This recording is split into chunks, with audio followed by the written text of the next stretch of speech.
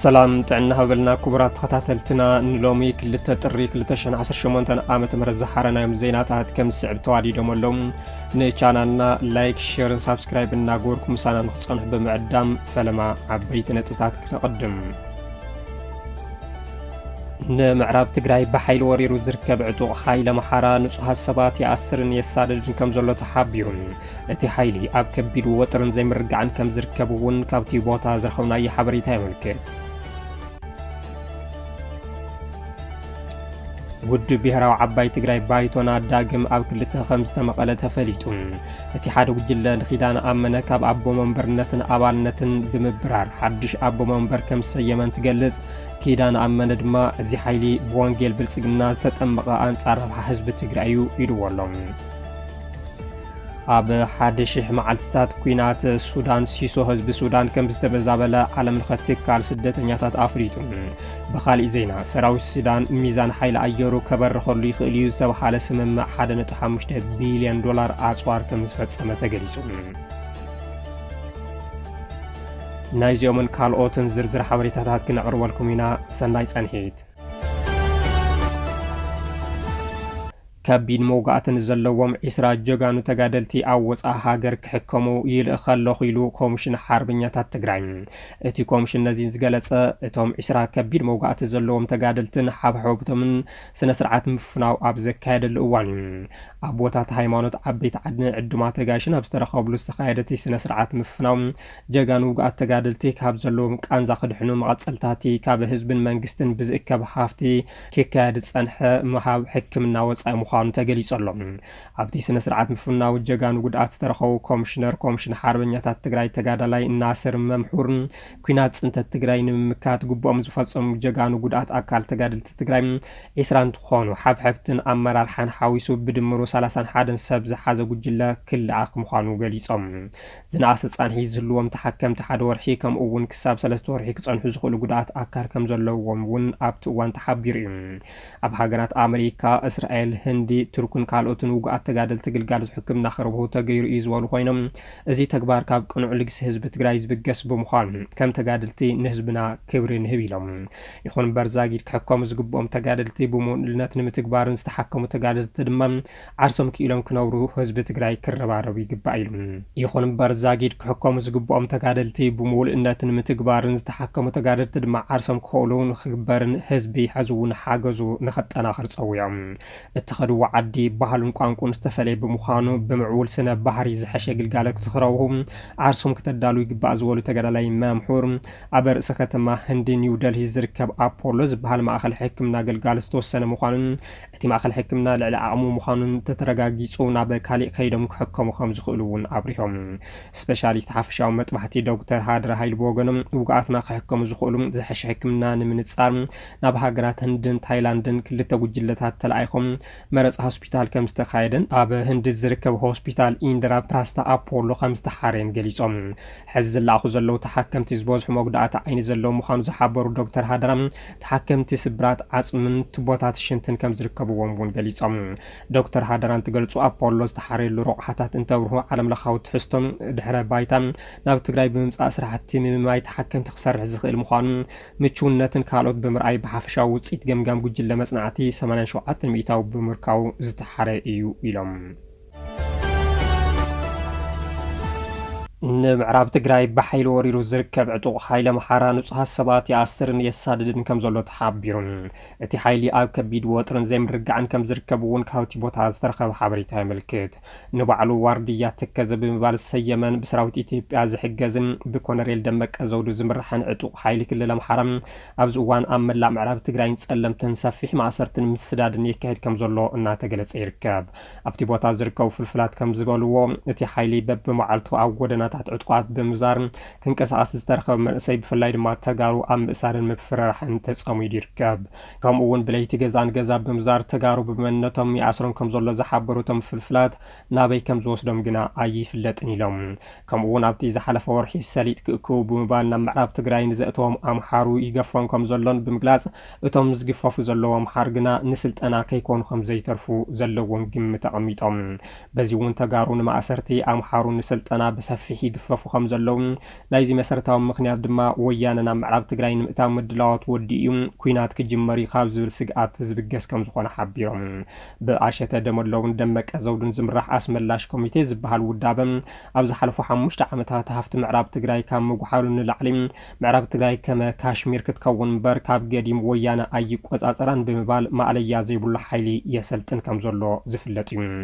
ወረርቲ ሓይልታት ካብ ግዛት ትግራይ ንኽወፁ ብ10 ኣጻብዕቱ ንውዕሊ ፕሪቶሪያ ዝፈረመ ሰራዊት ብልጽግና ዝሕገዝ ዋርድያ ተከዘም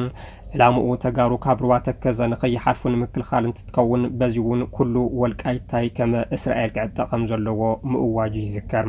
እቲ ሓይሊ ብፍላይ ካብ ቀረባ እዋን ጀሚር ግና ዓብዪ ዘይምርጋዕ ከም ዝረአየሉን ካብ ናምን ምንቅስቃሳት ይገብር ከም ዘሎን ዝሓበሩ መሰኻኽር ዓይኒ እዚ ድማ እንታይ ተፈጢሩ ብዝብል ኣብ ህዝቢ ዓብዪ ሻቆሎት ፈጢሩ ይርከብ ኢሎም ማእኸላይ ቤት ፍርዲ ከተማ መቐለ ኣንቢርዎ ዝነበረ እግድ ምልዓሉ ፍሊጡ ማእኸላይ ቤት ፍርዲ ከተማ መቐለ ትማሊ ባሕቲ ጥሪ 2018 ዓመተ ምህረት ኣብ ዝወዓሎ መጋባእያ ኣብ ልዕሊ ተኸሰስቲ ኣንቢሮ ዝነበርኩ እግድ ኣልዒለ የለኹ ኢሎም እቲ መጋባእያ ኣብ ናይ ትማሊ ውዕልኡ ብሽም ትእምት ከሰስቲ እን ኣይተ ቴዎድሮስ ሓጎስን ተኸሰስቲ እን ዶክተር ኣረጋዊ ገብረ ሚካኤልን 8-9 ለካቲት 2018 ዓመተ ምህረት ዝተገበረ ቤት ምክሪ ትእምት ስዒቡ ንዝተለዓለ ክትዕርዮ ኣሎ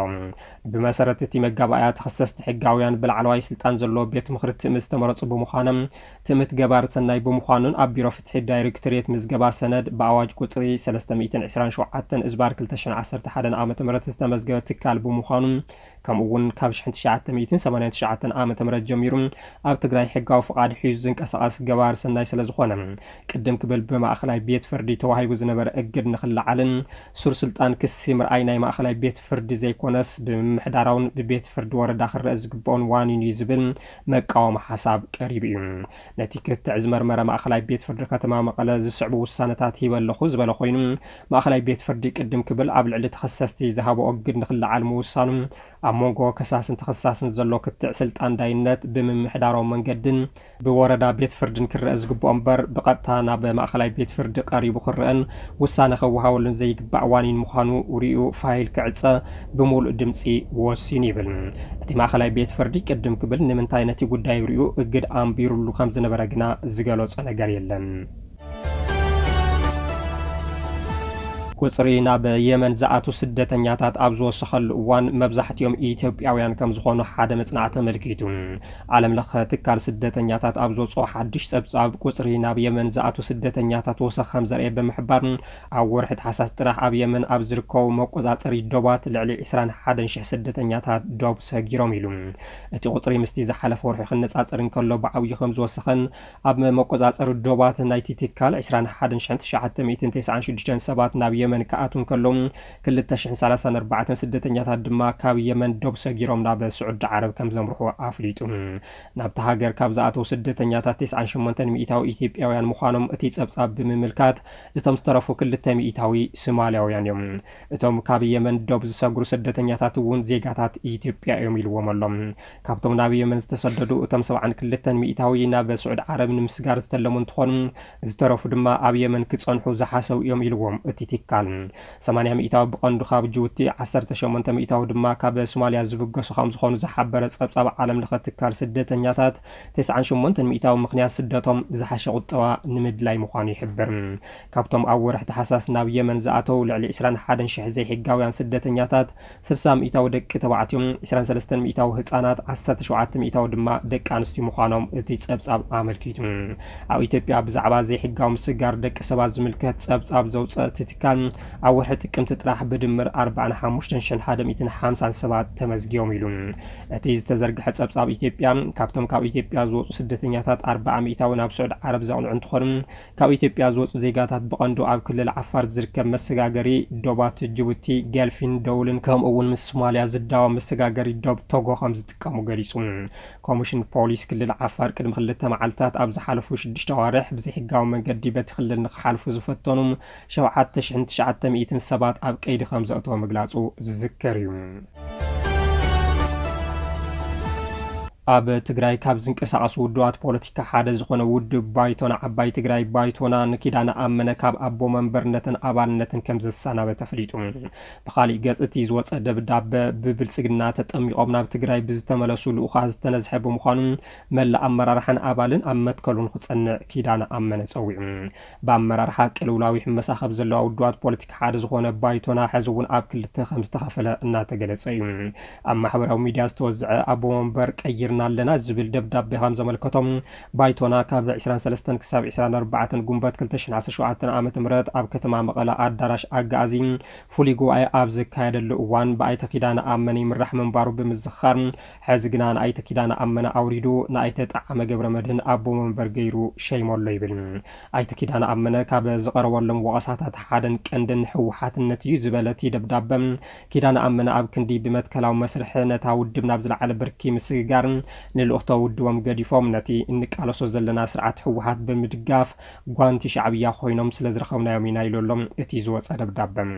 ህዝብና ንሕወሓትን ባይቶናን ምፍላይ ክሳብ ዝኣብዮ ናይ ሰልፊ ኣፈላላይ ተፈጢሩ ዝበለቲ ደብዳቤ ኣይተ ኪዳነ ኣመነ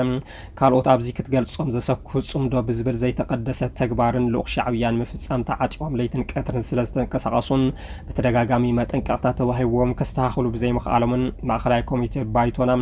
18 ታሕሳስ 2018 ዓ.ም ብዝገብሮ ኣኼባ ካብ ኣባልነትን ኣቦ መንበርነትን ኣባሪሩ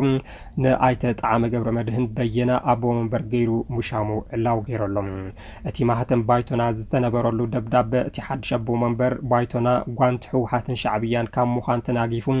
እቶም ኣብ ወርሒ ጉንበት ብዝተኻየደ ጉባኤ እቲ ውድብ ዝተሰናበቱን ናብ ኣዲስ ኣበባ ብምኻድ ምስ ብልጽግና ብምዃን ዝሰርሑ ዘለውን እኒ ክብሮም በርሀን ዮሴፍ በርሀን ንክምለሱ ከም ዝሰርሕ እውን ኣፍሊጦሎም። ብኻሊእ ገጽ ኣይተ ኪዳነ ኣመነ እውን መግለፂ ዘውፅኦ ኮይኑ ነቲ ደብዳቤ ዘውፅኡ ኣብ ኣዲስ ኣበባ ከይዶም ወንጌል ብልጽግና ዝተጠመቑ ኣካላት ስለ ዝኾኑ ምድንጋር ኣየድልን ኢሎሎም። ውድብ ባይቶና ምስ ህዝቡን ብሄራዊ መኸትኡን ወጊኑ ጉባኤ ብምክያድ ነቶም ቃልሲ ህዝቢ ትግራይ ዝጠለሙ ናይ ብልጽግና ቁራጻት ካብ ኣባልነት ከም ዘባረረ ዝፍለጥ እዩ ዝበለ ኣብ ገጽ ፌስቡክ እቲ ውድብ ዝተወዝዐ መልእኽቲ እቶም ብጉባኤና ዝተባረሩ ከደምቲ ብልጽግና ኣብ ጽላል ብልጽግና ወይ ድማ ኣዲስ ኣበባ ተንጠልጢሎም ኣብ ውሽጥና ብዝመልመልዎም ክልተ ሰባት ማለት እውን ከበደ ዮሃንስን ጣዕመ ገብረ መድህንን ኣቢሎም ኣባልናን ደጋፊናን ንምድንጋር ኣብዚ ማሕበራዊ ሚድያ ናይ ክብሮም በርሀ ማህተም ብምጥቃም ማእኸላይ ኮሚቴና ኣብ ዘይተኣከቦን ኣብ ዘይወሰነን ወሲና መሪሕነት ቀይርና ኢሎም ብዕላይ ወለደ ወረ ክነዝሑ ንርኢ ኣለና ይብል። ከበደ ዮሃንስን ጣዕመ ገብረ መድህንን እዚ ተግባር ዝፈጸሙ ኣብ ቀረባ ግዜ ናብ ኣዲስ ኣበባ ከይዶም ስለ ዝነበሩ ብልጽግናዊ ወንጌል ኣጠሚቑ ናብ ትግራይ ምስ ሰደዶም ከም ዝኾነ ክነፍልጥ ንደሊ ዝበለ ብኪዳነ ኣመነ ዝወፀ ጽሑፍ ስለ ዝኾነ ውድብና ረብሓን ህልውናን ህዝቢ ትግራይ መሰረት ገይሩ ንጸላእቲ ብጽንዓት ከም ዝምክት ሕዚ እውን ንመላእ ህዝብና እናፍለጥና ኣብዞም ክልተ ሰባት ቃልሲ ህዝብና ጠሊሞም ጊላን ዋርድያን ብልጽግና ዝኾኑን ውልቀ ሰባት ዘየዳግም ሕጋዊ ስጉምቲ ከም ዝወስድ እናፍለጠ ኣባልናን ደጋፊናን እቲ ተወዚዑ ዘሎ ደብዳቤ ናይ ሕሶት ከም ዝኾነ ነፍልጥ ኢሎሎም። ውድብ ባይቶና ኣብ ትግራይ ካብ ዘለዉ ውድባት ብዘይካ ሕወሓት ብውድባዊ ጥንካሮን በዝሒ ኣባላቱን ሕዚ እውን እቲ ዝሐሸ ሰፊሕ ማሕበራዊ መሰረት ዘለዎ ብሕታዊ ሓያል ብሄራዊ ውዳበ ሓድሽ ወለደና ከም ዝኾነን ንቐጻሊ እውን ከምኡ ኮይኑ ከም ዝቕጽል እናሓበርና ብናይ እስዋት ብልጽግና ናይ ሓሶት ዜና ምድንጋር ከይፍጠር ደጊምና ነተሓሳስብ ክብሉ እውን ኣገንዚቦሎም። ኣብ 1000 መዓልትታት ኩናት ሲሶ ህዝቢ ሱዳን ከም ዝተመዛበለ ዓለም ለኸ ትካል ስደተኛታት ኣፍሊጡ። 1000 መዓልትታት ኣብ ዘቆፀረ ኩናት ሱዳን ካብ 3 ሰባት እቲ ሓደ ኣብ ውሽጢ ሃገር ወይ ሰገር ዶብ ከም ዝተመዛበለ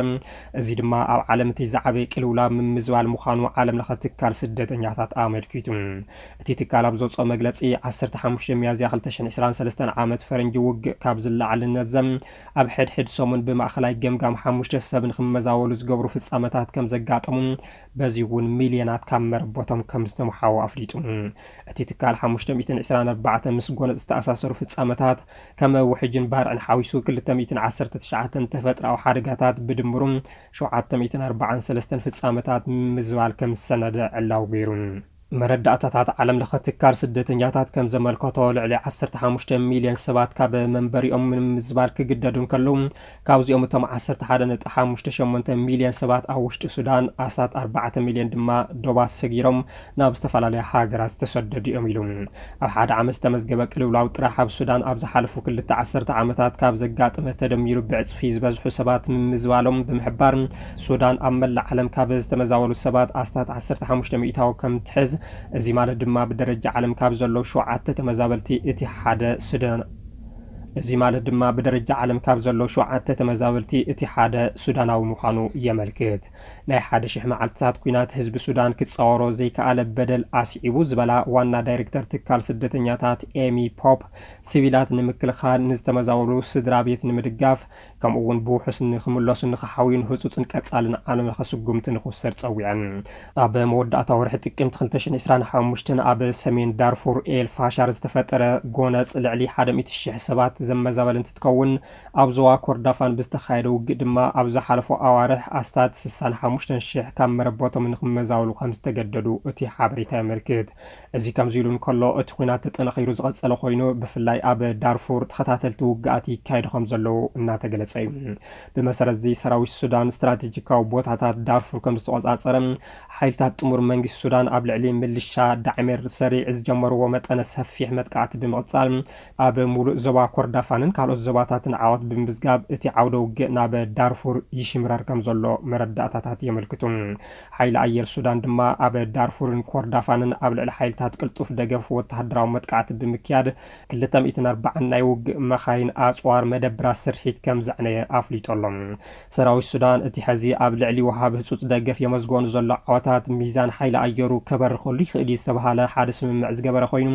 እቲ ስምምዕ 1.5 ቢልዮን ዶላር ዘውፅእ ኣጽዋር እዩ ሮይተርስ ካብ ሓደ ላዕለዋይ ወተሃደራዊ በዓል ስልጣን ፓኪስታንን ሰለስተ ጭቡጥ ሓበሬታት ዘለዎም ፍልፍላትን ተደሪኹ ከም ፀውፀዎም ፓኪስታን ምስ ሱዳን ዝገበረቶ ሓደ ካብ ዓበይቲ ውዕላት ኣጽዋር 1.5 ቢልዮን ዶላር ንምዛም ኣብ መወዳእታ ደረጃ ከም ዘላ ኣረጋጊጹ እዚ ትርጉም ዘለዎ ስምምዕ ሰራዊት ሱዳን ኣብ ኣየርን ቴክኖሎጂን መሳርሕን ልዕልና ንምውሳድ ከም ዝኾነ እናተገለጸ ይርከብ ክቡራት ተኸታተልትና ዕለታዊ ዜናታት ኣብዚ ዛዘሙ ስለ ዝተኸታተልኩምና ብምስጋን ንሕና እውን ኣብዚ ክንፍለየኩም ሰላም